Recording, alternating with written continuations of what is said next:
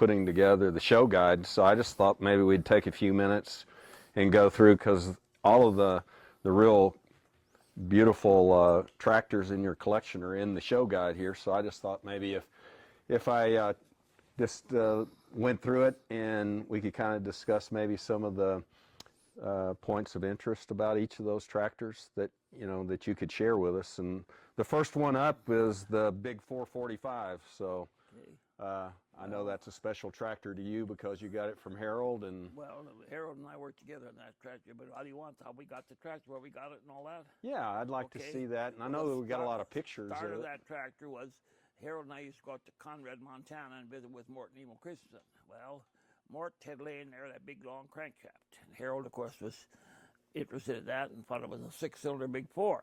Yeah. Well, Mort gave it to Harold. And I remember when he come back through Malta, we stopped at Anchor Hanson's. Well, he did an anchor. Where'd you get that crooked stick? He said. It was laying crossways in the box. Well, anyhow, he brought it up here, took it home. Well, Mort and Ray German used to run the Gar Scott at the show. And that one year they come here, and normally I wouldn't stop. But being it was them, they wanted to go down to the bar and have a bottle of beer. So I went with them. Well, Mort and I were sitting there, so I says to Mort, I said, where did you get that crankshaft? He told me.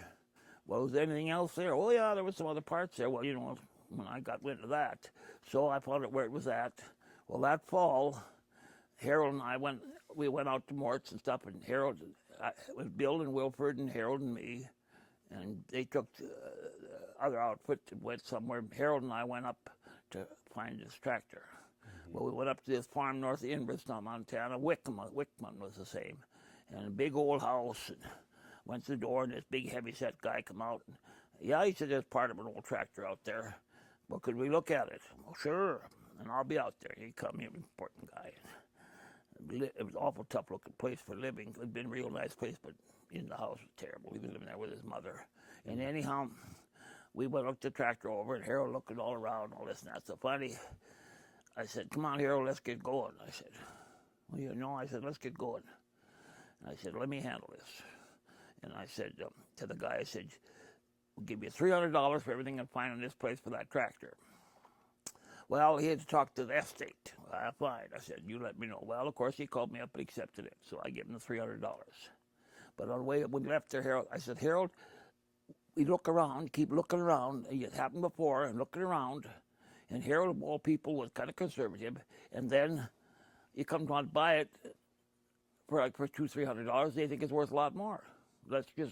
Well, anyhow, we went out and got it. We took my truck, and Bill took his new truck, and we loaded the big 6 stuff parts on my truck, and we never found one more part than what we'd already seen. Okay. And then we went and got the Wallace Cub that I bought from Emo. And that's where we got the start. Well, then John Hall, he was along. We decided they were going to cut 2 crankcases, a cylinder off each one, and put them together. Mm-hmm. But that wouldn't work. And I said, if you're going to do anything, put a 6-cylinder Twin City motor in there. I was thinking the practical way, which was, well, anyhow, one night the phone rings, and it's Melvin Hellewinkle, who'd been to our show, and he sent a lot of pictures into the engineers and engines of the Western engines, for some reason not to Ironman. And he asked me about this tractor. He said it's a reused, but it's a 45 horse. Well, I said, why would you call it, how do you know it's a 45 horse? Well, he said it's got tag at the end of the cylinder, end of the frame. Well, I knew that was a big reason. Well, I said, where is this tractor? Well, he said, it's in the riverbank at Cadoga, South Dakota. Oh. Well, I said, that's a 6-cylinder big 4.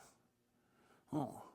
Because they were 45, 45, 90. Right. Anyhow, I called Harold then. We just talked about every Saturday night and told him, oh, yeah. So he got on the phone. Made his next Saturday night, that guy ain't got no phone.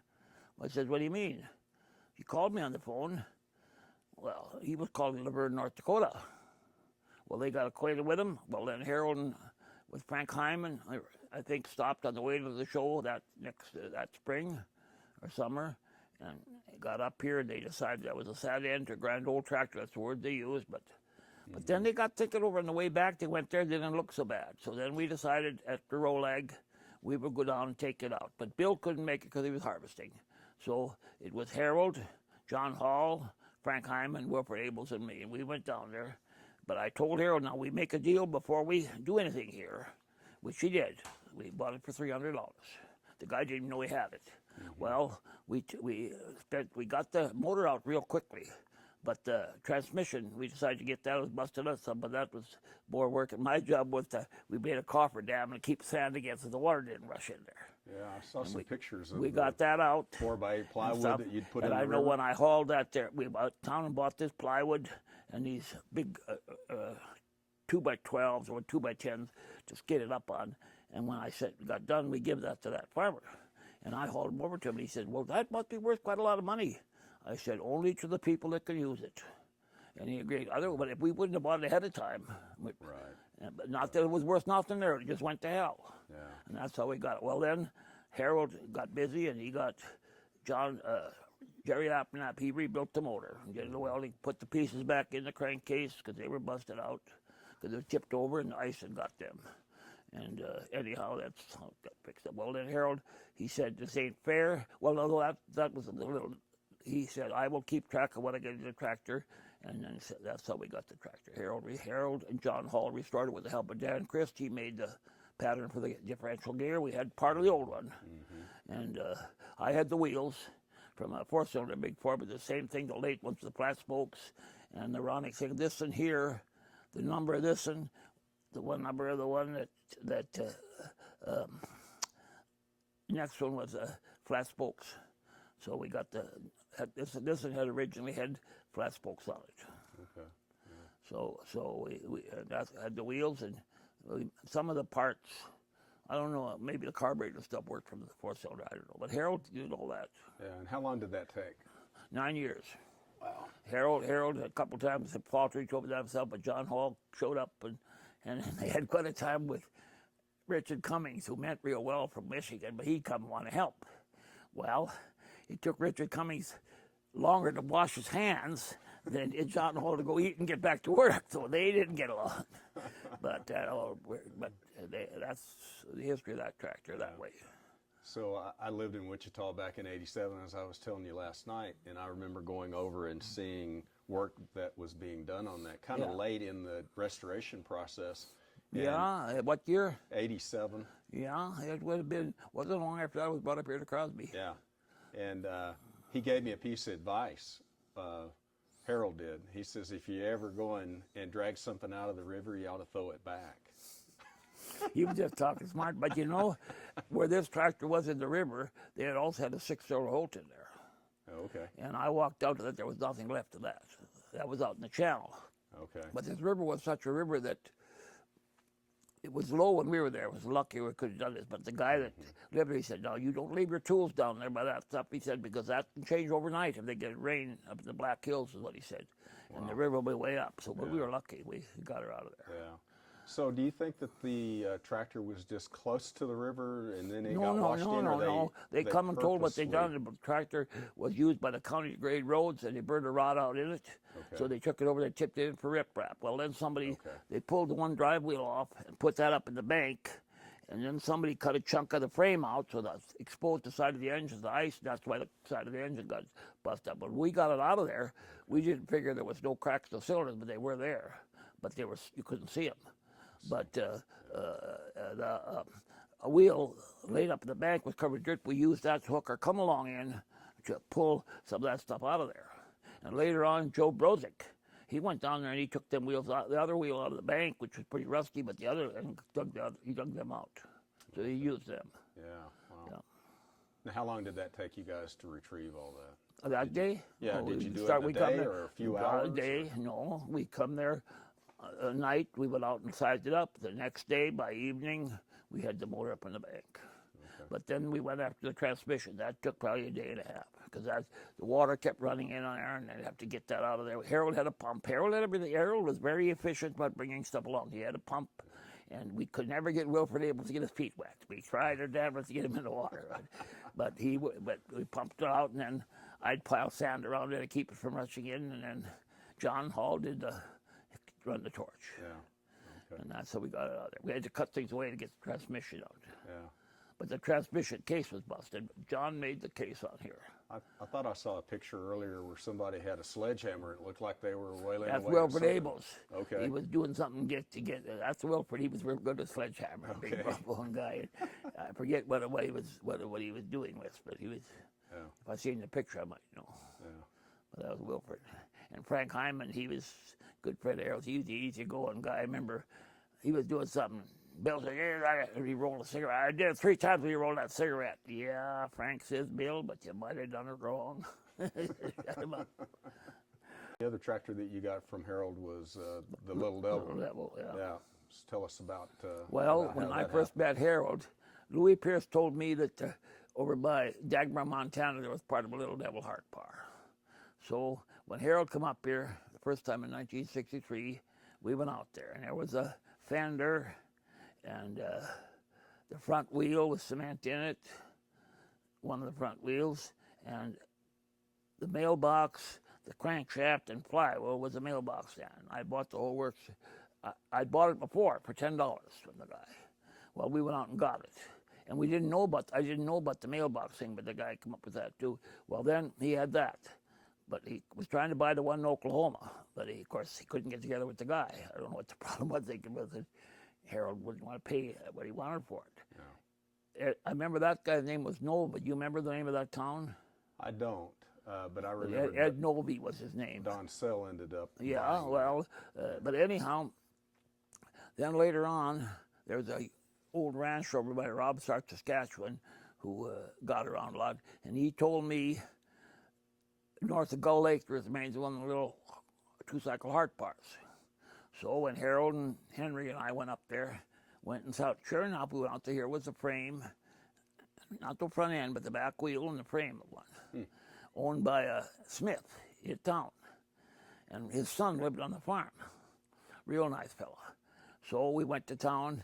Well, it seemed that Bill Smith is quite a old gentleman, but he'd like to have a few.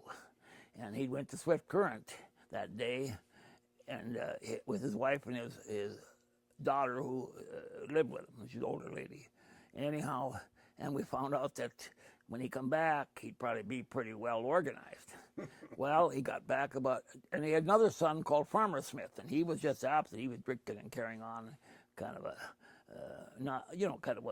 wasn't like his brother on the farm. Anyhow, got dark, turned up with light in the house, so it was for me to go up there and see him. So I went up, knocked on the door, and the lady, oh, yeah. Well, he's in his study. So I went in there and talked to him. And he told me all about the tractor. He said when I bought the tractor, he said it was $900 outright, but if you took it on, $850 outright, if you took it on time, it was $900. So I took it on time and paid half. And I said, good, done more with oxen than I did with that tractor in the 2 months I tried to use it. He said, the gear rolled over first off, the pinion gear was something wrong with that. And finally, the third time he said the expert come out and he said, just let the tractor sit. They're going to recall these tractors and they will straighten it up with you. And he said they give him an old 3060 heart bar and he would like that. But they never picked the tractor up. But somehow during the war, the motor and the transmission was taken off of it. He didn't know what happened to that. Well, would you sell it? Yep, $50. Okay. I said, guy, $35. Next morning, then Harold and I went in, and the guy was sober, and I said, no, we got it give him $50. So we went out to get it then. Well, Harold had a winch on his truck, and we should back up a little. No, you want to pull it up with the holes. Snap the axle in the truck. Well, it was lined up to it then. So Henry was a pretty good rough mechanic. Him and this guy's son went into Swift Current, took the old axle out to see if they get an axle. Well, in the meantime, then Harold and I, we laid up planks and we witched this thing on the truck. Mm-hmm. Well, when he come back, he had the axle, and we got it. We were lucky that happened there. It could have happened going up a hill. Sure. Yeah. And then we had that, and we're looking for no motor or transmission, still hoping to get the one in Oklahoma. Yeah. And one night, Van Horn called me up from Marmouth, a car guy. But I knew of him, and I knew him talking by the phone. Never met him face to face. But he was a Ford guy, Model T and stuff. And he said he had this old tractor that was a big wheel in the back. He said, the Hart Par. No, he didn't know what it was, but big wheel in the back. He'd bought it. Well, I said, I thought right away a gray. And I said, well, finally, how many cylinders it's got? Well, 2 pointing straight ahead. Then I knew what it was. Well, I said, where is this tractor at? Well, he said, at North of Galata. Well, what are you going to do with it? I want to deal it to you. Okay. Well, I knew I had to get him up here.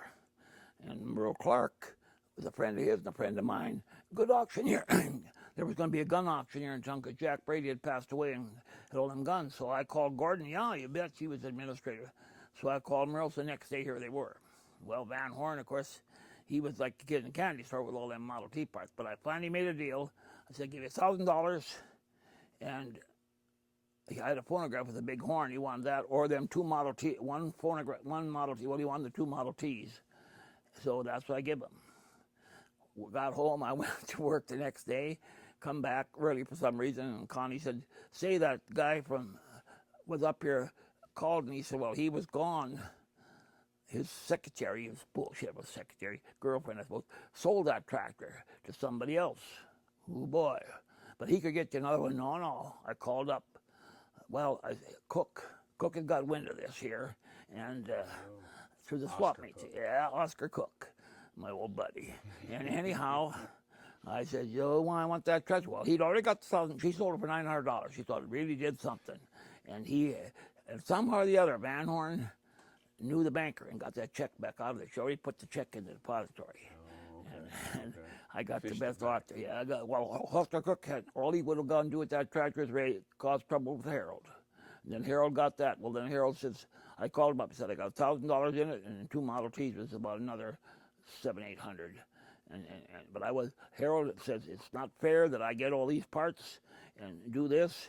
He said, I will put the tractor together and fix it, keep track, and when I'm done, I'll sell it to you and Bill, when I'm truck my family to. And that's what he done. But the reason it got sold earlier is because when Donald Sell finally got the one in Oklahoma, he wanted to borrow it. And I was fine with Harold, but Harold didn't want to leave me his place while he still owned it. So he sold it. We made the deal. And he was more than fair on them. And he also said, if you think that's too much, he wouldn't do that. But I mean, he was very fair. And that's how we got the little devil. Well, then, before that, I was up in Manitoba. Me and Eddie Ireland, he said, there's this Minneapolis up north here at Russell, Manitoba. And he said, it's a 2040. So we have to look at it. Well, they wouldn't sell it. But in the junk pile, I saw the part of the crankshaft and the counterweight of a little devil Hart Par. I said, what's that from? Well, that's from one of them 2-cycle Hart Pars. He said, we had it here, and we had good luck with it. He said, we run it till we quit using the tractor, then we took the motor out and run it stationary and finally blew it up. But they had their toolbox, all that original stuff in a shed. Wow. So I told Harold about that, and him and Hyman went up there that summer and got that stuff. And when he brought it up here to the show, the first time he had them down running it. Oh, so it worked. The Wildmans was their name. Yeah. Real fine people. And so he was right. He's got all the parts through me, but you know, and it was good that we got it. And Donald, he got his fixed. I don't think he ever got to run quite right though. Yeah, I think Donald was always a little bit scared of it. How about the Bower City?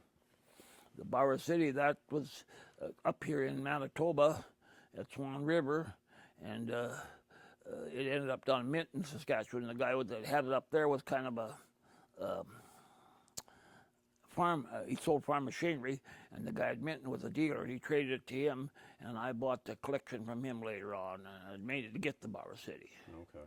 And the front door was smashed. It lays out here, but they drove over it and prayed, but I got a new one cast it. But now I've got original one here. Okay. That's got the, but the front one's got the brass tag on it yet. Okay. I took it out and put on that one. Yeah. See, it's sold by the Fairbanks and Morris Company in Canada. Mm-hmm. The 45 Titan, I know we've talked about it quite a bit. Yeah. But I didn't know whether you had anything else that you might want to add. That's my favorite tractor. Yeah. The history of it. And that was the hardest tractor I had to buy. I mean, that I wanted the most. There was other ones like that Bogle, which Burns got. That was 20 years, but I didn't want that years, but I wanted that Titan. Yeah. I finally got it, and I really admire the old guy because he knew I'd take care of it. That's why he sold it to me. I told him I wouldn't sell it either. If I don't blame you a bit, but if you ever do. Yeah. And How long did it take you to buy it? 10 years. Oh, wow. Mm-hmm. Yeah. 10 maybe, yeah, 10 years. Okay. We did it in 1960 and bought it Christmas 1970. Yeah. Cool. How about the 2545 Sawyer Massey? Well, that Sawyer Massey that I've got now, Yeah. that was all rougher than hell, all the parts. And I bought it up at Milestone, Saskatchewan, the Skelton, the thing, the cylinders, the head was off, and the pulley was gone, the big pulley in the back, and that was a big problem there. Okay. Never could find one until Barry Satchuk found another motor. And I had it here, and I had another Sawyer Massey.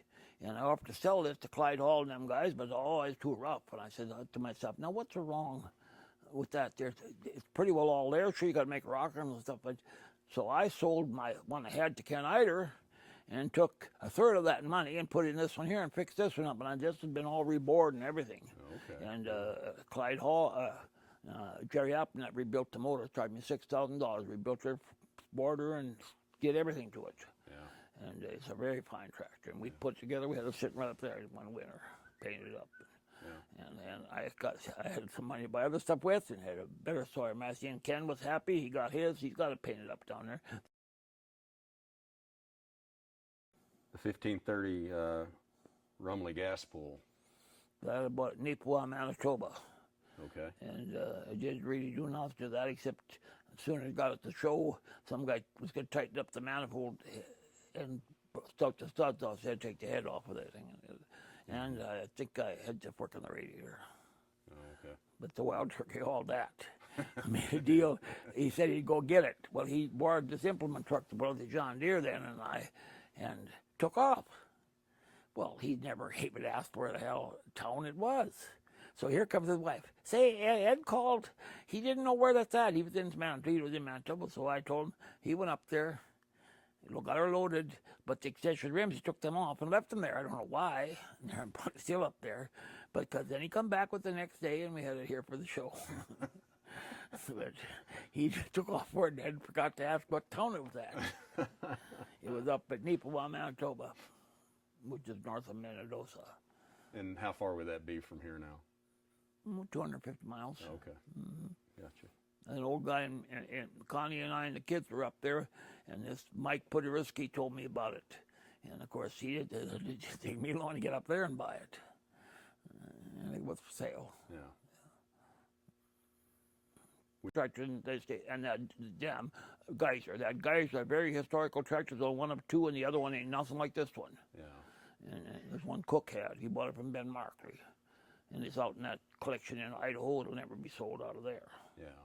But I'll sell the geyser. The geyser's a real fine tractor. Yeah, that was a Pennsylvania tractor, right? Built by the Geyser Manufacturing, but only built it a short while. Yeah. Okay. Yeah.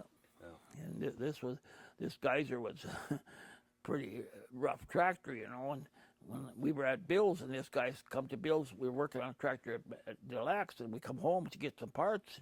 Here comes two guys walking around looking at his tractors, and they kind of dressed up, and so Bill didn't care, as I don't care either. And I got talking to one, and he said, this Geyser tractor. Well, I knew what that was. Mm-hmm. Would have meant not to Bill, and I tried to get that from him. Mm-hmm. And trade finally then, they started a show at Lansford. And I had this 3060 Oppman Taylor that was more potential. So I offered to trade that to him.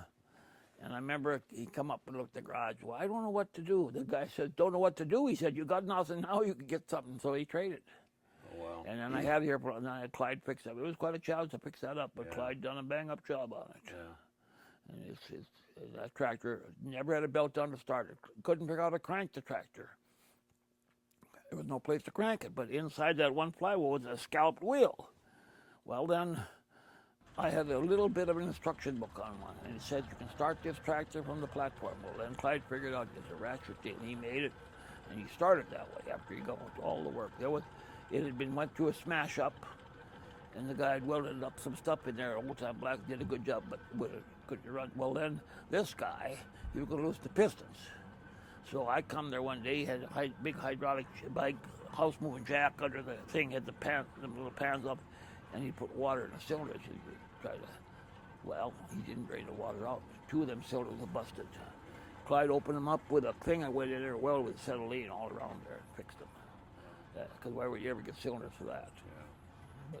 But it's well. Then you see in the picture, shows a 5-bar dynamo magneto. You know, not you start on a battery, but well, Clyde said that's optical illusion. That's gonna be a 4-bar. Well, one day Clarence Young calls up. Say, John, he said, there's one of the magnetos that you like looking for on the eBay. Oh, sure enough, Branston Magneto outfit had it.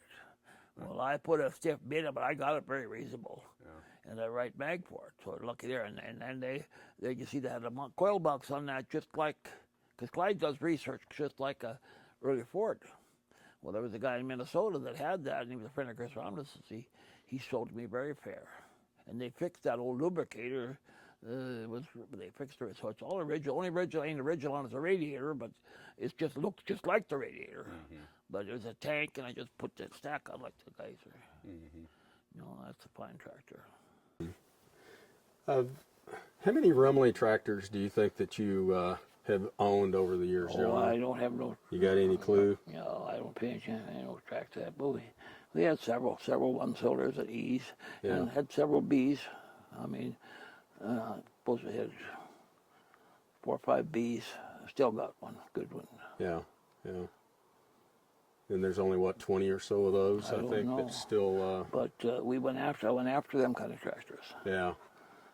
And Bill got his bee. He found that himself down there by Crystal, North Dakota.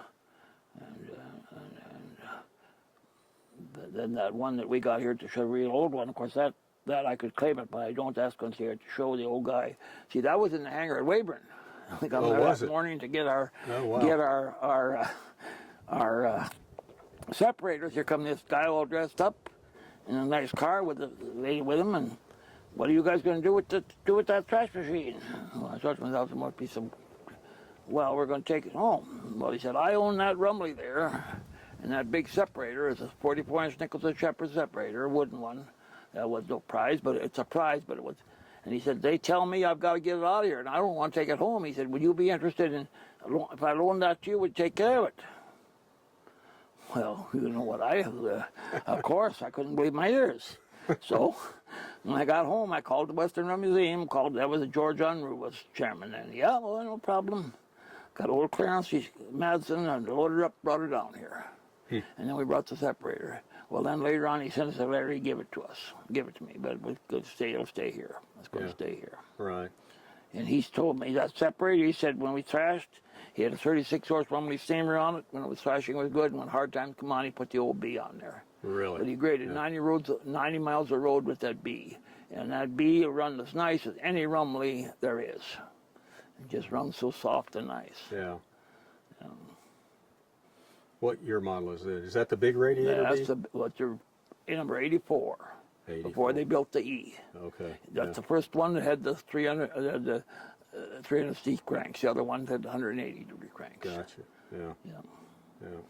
But the bee that I got here now, that's the real good ones up at Blackie, Alberta. And this old lady had it. And she was pretty tough to deal with. But Ken Scott, I don't know how he got a hold of it. He bought it. Well, he got it. I think he paid her $5,000 for it. He didn't get it running, but he started mucking. The circulating pump was gone. He got one of them from me. He was kind of a friend of mine. Well, then he sold it back to her. But he said she would sell it for $15,000. Well, I said, I'll get the money, I'll buy that. So I called her up. Yep. But you want the money sent to her son, who's going to start some hog business. Okay, I got the cashier's check out, sent it up to him. Come home about 2 or 3 weeks later. Here was a letter from the attorney. I figured that's a letter for the bill of sale going to give me. A draft from them saying about because they couldn't agree, sent the money back. Well, immediately I thought I should go after them. They cast mine, but I knew better than that. So I just waited a while, and I called the old girl up. And I said, we would start that tractor up before we took it off your place. Well, that made all the difference in the world. She wanted to hear it run? So, but she never heard it run. All that tractor ever done, it thrashed, and it was run by the man that went to Rumbly School, her brother-in-law, and they quit using it. They broke a little land in 29, and that's all it ever did. But anyhow, Danny and I went up there. And we worked on the tractor, put the platform, built the cab on, did what, but it couldn't get her going. Well, the neighbors come over. They had a belt tractor, but she didn't go on the neighbors, so I knew better than to invite them over. So I said, we will take it up to Irricana and run it up there. That was agreeable. So Danny and I went up there. Then we were on a trip looking for other stuff, and we were stopped at right up there by Irricana and talked to this Butterfield who said he'd haul it for me. Okay, got home, called him up to see what he said. She stopped him and all. I go, oh. I knew what I had to do then. So I didn't do nothing. I was to Irricana, and I sent her a letter about 4 days before I was leaving. I knew she couldn't get back to me, and up I went, but there was no problem. And she was there, and everything fine. And I said, we got to take it. The trucker will be coming.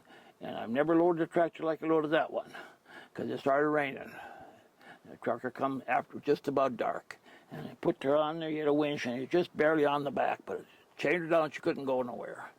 And I took it up to Irricana. I run like a watch. And it started with a runaway, but the cat had brazed something on that sleeve in there, and I took that and filed it off. Okay. And then she come up there. She got to ride on drive and ride with. I had old Ralph Burton, an old Rumbly man from Vanguard, run it. He used to run the one here. And what year would that have been? I don't remember exactly. I suppose in the later 70s or 80s. Yeah. Well, then it worked out real good because I said I'd leave it there for a while. Well, then this prick of a John Quayle, who she's on there now, they didn't really want to keep it there. Fine. I got Ed Gridland. I got it hauled down to Nelson Schindler's, and I got Ed Gridland. He was a local guy here, hauled a lot of tracks me later. He went up and got her. See the wild turkey? Wild turkey. Yeah. Why do they call him wild turkey? He bought an old truck that said the name Wild Turkey on it. Okay. And he would look like a wild turkey. When I bought that Rumbly, it was up at Grimmishire, Alberta. It was right up at Peace River. Mm-hmm. And I was a long ways away, but the guy in Noonan had farmland up there, was going to haul a cat up there. And Fred Anderson, he contacted Fred to see if Fred would haul it. Well, Fred come and asked me. Fred was a houseman, but he had a little boy. Well, I said, I'll call up old Walter Johnson and see what he'd take for these. So I called him up, and he said, well, I've been offered $2,500. I said, how much more will it take to buy it? $2,800. So I bought it. Well, then Fred couldn't go, so the wild turkey went. Okay. He went up there, and he got that tractor. You weren't supposed to travel in Alberta on Sunday. He come right across Alberta with it. Brought her down here. And I had it sitting here. It had been converted to spark plug. It wasn't stuck, but the valves were. Joe Tucker used to run the Rumblies at Portage, and he was down here to the show, and he wanted me to get that Rumbly running. And it was 2 weeks I got her going. Wow. And we didn't put no cab on it, but and Joe run it then. Well, then he wanted to change, put igniters. And I had several Rumblies around there, a couple one-cylinders and stuff, parts of ones. So he switched around, put igniters in it. Yeah. But it's a real good E. Yeah. Don't they run so much better with igniters than they do with spark plugs? Well, I don't know about that. You don't think so? Oh, no. See, spark plugs just a lot less mechanism and trip and everything. Got a good plugs, a good magneto. Oh, no. Yeah. Same with the moguls. Right, yeah. But anyhow, the wild turkey, we took the 36 case to Austin. They wanted to borrow it when their show, so he hauled up there. And we went up there, Cassie and I and Chris. I come up there, and I did give him instructions on how to start that tractor. But, of course, he did. And they had monked around, couldn't get it started. They had Clarence Holman monking with it. So we got up there. You were there, Cassie. I had her start it. I explained she get out and pull that flywheel. Well, anyhow, pretty soon over the announcing come. Say, would the wild turkey come and move his truck? He had it in the road for the airplanes. Well, anyhow, we loaded up. Then Austin got over on a Saturday them days. Loaded her up. He went home. Come to Crosby Sunday afternoon. Went back down to the service station, down to the restaurant and over there and told him, well, you didn't get me. I come over here. It was over with, see. Most guys would keep their mouth shut, but not him. But he had no trouble. He was a good guy. Well, he hauled the 1835 Titan from Oregon for me, from Washington. Went down to Wichita, Kansas that time. We tied them engines on there that I traded to Harold, and he went down to get the 3060 Rumbly and the 2550 Avery. I bought a 3060 light from Yachtman. And anyhow, Ed wouldn't listen. He got lost in Wichita with that big old truck with all that. I mean, we had the ends of the chain. They couldn't go nowhere. And finally, Mrs. Ottaway had to come and get him to take him out there. Well, he come home with that, and he had no trouble. But then he went and hauled. I bought from Bill Mayberry's sale. I bought this S-Oil puller, the 20-horse Minneapolis steam engine. And I was sit there for a couple of years. So finally, Ed said, you go down and get them. Well, I called up Mayberry's son, and he said, I'm surprised you still own them, he said. Everybody that bought stuff here sold it. Most of them did, because Hill Piper sold the stuff too fast. Well, Ed went down and got them, and he put both on his lowboy. When he got the North Dakota line, they wouldn't let him say I'd load one and went back. Oh, wow. But the best story about Ed was when he hauled the other 20-horse Minneapolis, who I got from that Roger Byrne, and that's the most baddest steel ever made and biggest liar I ever dealt with. I traded sight unseen a Singleton Fairbanks for it because I knew how bad he to want one, and I had 4 of them. Yeah. And I traded it for that Minneapolis. It was good. It had all these tests. Never got no tests. It wasn't good. We got 100 pounds on it, 110 pounds. But it looked beautiful. But anyhow, Ed went down and got it, hauled the Fairbanks down, and we come back. He had a little late, so he called up, well, I'm back. Well, yeah, you have any trouble? Well, no, a little bit. My lowboy broke in half. What? The lowboy broke right in front of the wheels, just out of Ortonville, Minnesota. Wow. Going up the road at about 8, 9 in the morning. So Ed said I poured myself a cup of coffee. As after here come the farmer, right down the road about a mile or so. You got trouble? Yeah. Well, I'm a welder, he said. I could weld it up for you. We got to get it back down there. So they got a hold of a crane, lifted the steamer off of there, because you could tell they put the cable around the hitch. You could see where it was bent, lifted, because it was a 20-horse butt strap boiler. Yeah. Lifted it off. They chained up the low boy, pulled her back down the guy's place. The guy welded her up. And Ed said, what do I owe you? Nothing. Glad to help you out, because Ed was the same way. But you'd be a fine guy if you didn't stay here and visit with me for a while. Oh, you bet. He stayed for the day.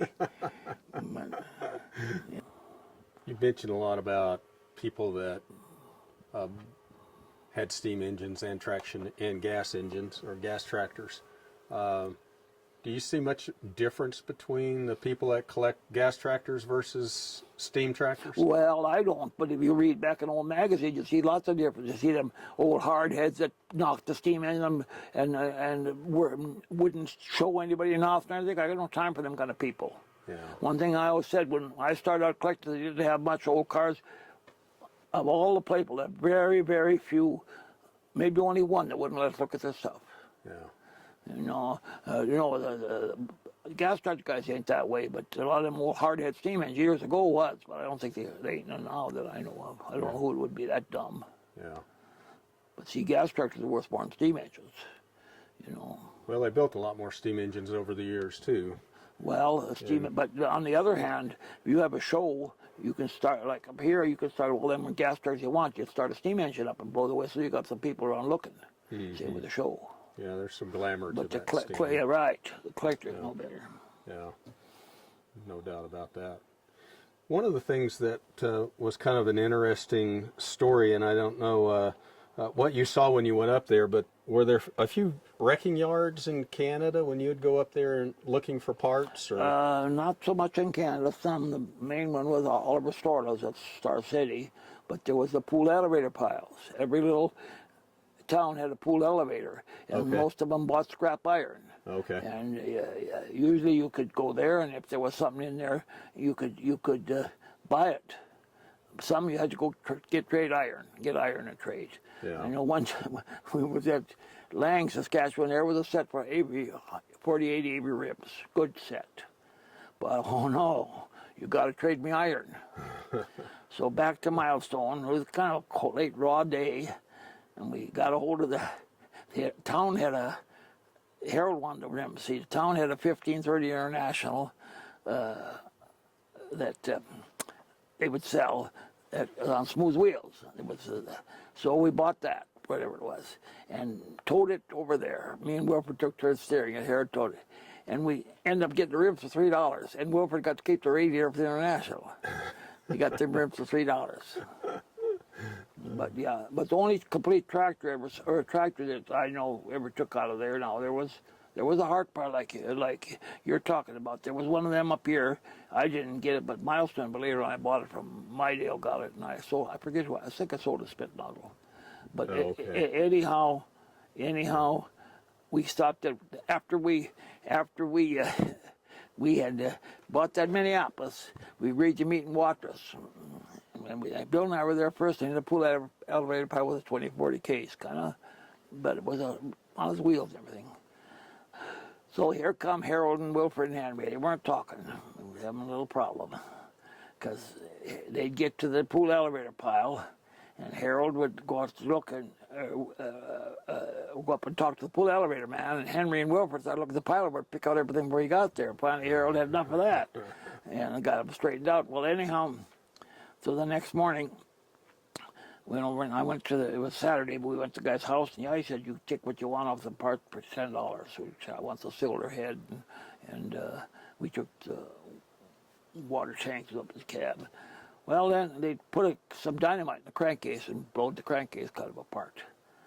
Well, so we did that, took the parts off, started for home, and then we found a couple pretty good engines. Harold found the side shaft in the junk pile, and he bought a real nice Stickney, real nice in the shed that I had letters on, but I didn't want it.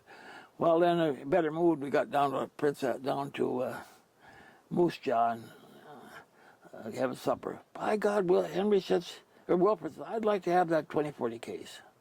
Well, Harold said, I'll haul it for you. So we got home, unloaded. I went home that night then. Me and Bill took my old I-51 Ford pickup. We went around by Portal and got home here. There they come, and then we went back up and got it.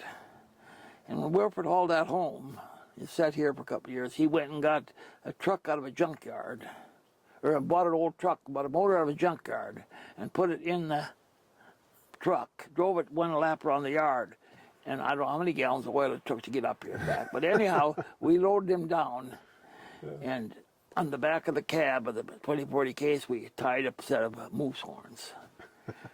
And Wilford ducked every weigh scale till he got to Kansas. He knew he couldn't duck that, but figured he'd have to pay the sheriff, which was unusual for him because he was pretty damn tight. Yeah. Anyhow, he got in there. The guy took one look. He said, I got just one question for you. How fast were you going when you hit that moose? And he let him go. And what did he do? He gets the tractor home. We all helped him. I said, you're not getting that head back from me. You can have an old one. But no, that was okay. He sells the Billy Overturf right away. Oh, wow. He'd do that all the time. Yeah. They were starting up a collection, so they felt sorry for him.